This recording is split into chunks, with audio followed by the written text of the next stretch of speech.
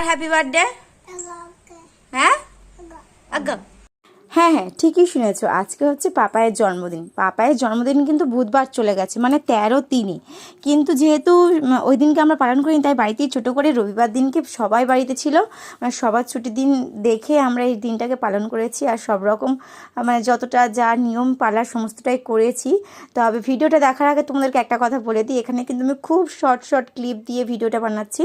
আর পুরো ভিডিও কালকে আসছে আমার ইউটিউব চ্যানেলে, তো সবাই কিন্তু ইউটিউব চ্যানেলে লক্ষ্য রেখো আর চ্যানেলটাকে সাবস্ক্রাইব করে দিল। অনেক অনেক মজা করেছি আমরা, সমস্ত কিছু তোমাদের সাথে শেয়ার করতে চলেছি। তো যাই হোক, এখানে ছোট করে আমি আশীর্বাদের পর্বটুকুও দেখিয়ে নিয়েছি।